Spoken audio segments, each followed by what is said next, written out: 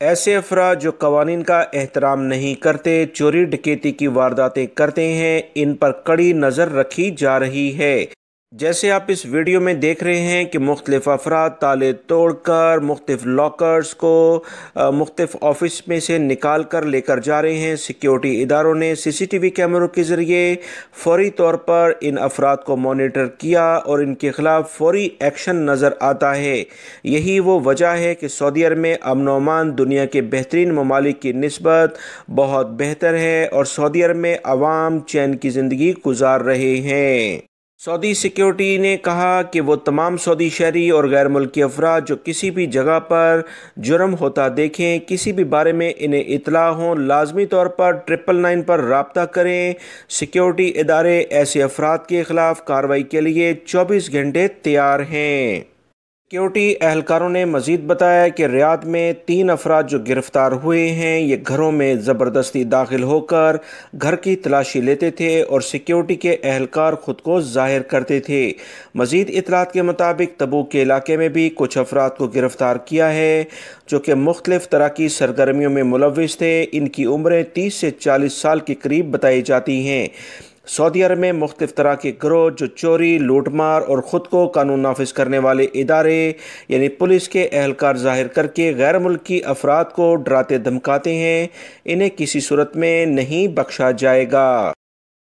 سعودی عرب میں ٹریفک کے نظام کو کنٹرول کرنے کے لیے جو ٹریفک کیمرے لگائے جاتے ہیں، ان کے بارے میں ایک اہم خبر سامنے آئی ہے کہ سعودی عرب میں وہ تمام افراد جو اوور سپیڈنگ کرتے ہیں، ان کی سپیڈ جب لمٹ سے 8% زیادہ ہو جاتی ہے تو اس کے بعد خلاف ورزی ریکارڈ پر آتی ہے۔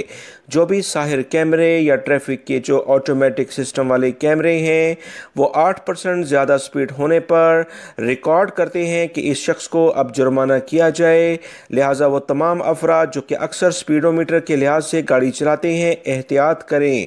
سعودی عرب میں قوانین کے لحاظ سے ٹریفک کے نظام میں کافی بہتری آ گئی ہے۔ وہ تمام افراد جو کہ قوانین کا احترام نہیں کرتے، ان کے خلاف آن لائن طریقے سے بھرپور کارروائیاں ہو رہی ہیں۔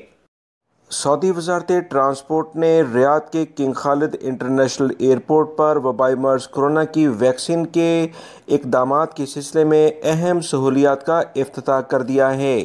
یاد رکھیں، بڑی بھاری مقدار میں جب انٹرنیشنل ایئرپورٹ پر ادویات آئیں گی تو انہیں ذخیرہ کہاں کیا جائے گا؟ اس سلسلے میں سعودی حکومت نے ابھی سے بڑے بڑے سیٹ اپ بنانے شروع کر دیے ہیں، کیونکہ سعودی حکومت دنیا کی اہم ترین کمپنیوں سے رابطے میں ہے کہ جیسے ہی وبائی مرض کرونا کی ویکسین فائنلائز ہو، سعودی عرب ترجیحی بنیادوں پر انہیں خریدے گا اور سعودی عرب میں مقیم تمام سعودی شہری ہوں یا غیر ملکی افراد، انہیں فری میں یہ سہولت یعنی وبائی مرض کرونا کی جو دوا ہے وہ فراہم کی جائے گی۔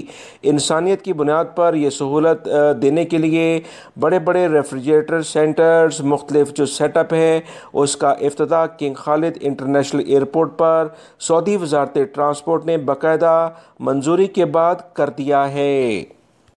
سعودی پبلک پروسیکیوشن نے کہا کہ خواتین پر کسی بھی قسم کا تشدد کرنا، ان کی توہین کرنا قابل سزا جرم ہوگا۔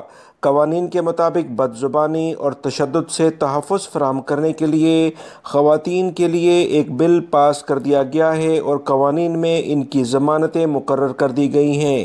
سعودی عدالت انصاف نے خواتین پر تشدد کے خاتمے کے لیے عالمی دن کے موقع پر جاری بیان میں کہا کہ قانون کے لحاظ سے خواتین پر ہر طرح کا تشدد، بدسلوکی اور اس کی دھمکی دینے کو جرم قرار دے دیا گیا ہے۔ سعودی پبلک پروسیکیوشن نے کہا کہ قوانین کے مطابق کوئی بھی شخص کسی بھی خاتون یا اپنے دائرہ اختیار یا ذمہ داری یا رشتہ دار کے عنوان سے تشدد نہیں کر سکتا ہے۔ یاد رکھیں، اکثر اس کی بنا پر بہت سارے خاندان تباہ ہو جاتے ہیں اور اس طرح کی ناچاکی کی بنا پر رشتے ختم ہو جاتے ہیں۔ سعودی عدالت انصاف نے مزید کہا کہ خواتین پر تشدد یا ان کی توہین کرنا، اس پر 1 سال کی سزا ہو سکتی ہے، جبکہ 5,000 ریال سے لے کر 50,000 ریال تک کا جرمانہ ہوگا۔ اگر یہی کارروائی دوبارہ کی جائے گی تو یہ سزا ڈبل بھی ہو سکتی ہے۔ سعودی وزارت صحت نے ایک رپورٹ جاری کی ہے کہ سعودی عرب میں موجود سعودی شہری ہوں یا غیر ملکی افراد، ان میں 20% افراد شوگر کے مرض میں مبتلا ہیں۔ وہ تمام غیر ملکی ہوں یا سعودی شہری جو اکثر کولڈ ڈرنک کا، جوسز کا بے تحاشا استعمال کرتے ہیں، وہ ان چیزوں سے بچیں، کیونکہ سعودی عرب میں وبائی مرض کرونا کے بعد جو سب سے زیادہ چیز مشکلات پیدا کر رہی ہے وہ شوگر کا مرض ہے۔ بہت سارے غیر ملکی افراد بھی اس میں مبتلا ہیں۔ اپنے آپ کو روزانہ کی جو خوراک ہے اسے بہتر بنانے کی کوشش کریں، ورزش کریں اور جو بھی معیار زندگی ہے اسے بہتر سے بہتر بنائیں۔